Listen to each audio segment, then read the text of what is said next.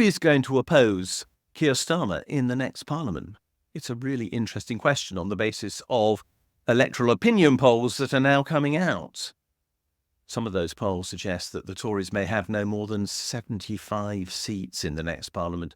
The Liberal Democrats might have 60, and the SNP might be on 35 to 40.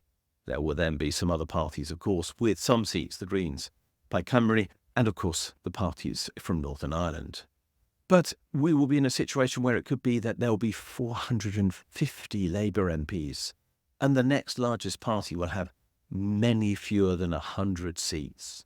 So who is going to oppose Starmer? Who is going to hold this government to account? I think the one thing we can be sure of is that it's not going to be the Conservative Party. They are already in mayhem. We know that. That's why Starmer's going to get 450 seats, maybe.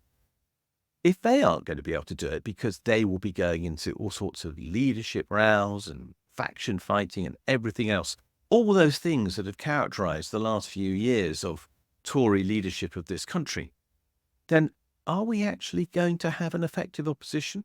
Or are we going to have to look to the Liberal Democrats and the SNP to work together in some form of, effective coalition, whether they call it one or not, to actually deliver effective opposition in Parliament to whatever Keir Starmer might be doing? The challenge to them is going to be really quite enormous. Remember that much of the work of Parliament is done through its committees, where legislation is scrutinised and ministerial actions are scrutinised, and there are committees of a variety of forms to do those various things. The demand on those members of the Liberal Democrats and the SNP who will be taking their duties as parliamentarians seriously, which I am not certain the Tories will do, will be then going to have to cover all those forms of committee and deliver the critique of the Labour Party that is going to be required to make the House of Commons function in anything like an effective way, to ensure that we get the legislation that we deserve. And don't forget that actually Parliament really does make a difference when it comes to legislation. There are lots of matters that change as they progress through Parliament. Laws that arrive as one thing and depart from the House of Commons, heading for the House of Lords, and then the statute book as something else. So this role is vital. And I am really worried that the stress on our opposition parliamentarians in the next Parliament is going to be enormous.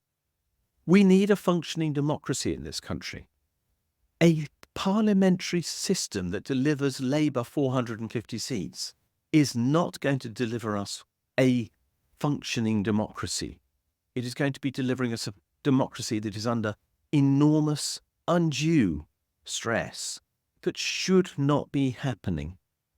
And that's not good for the future of the well-being of everybody in this country, because I believe that is dependent upon democracy working.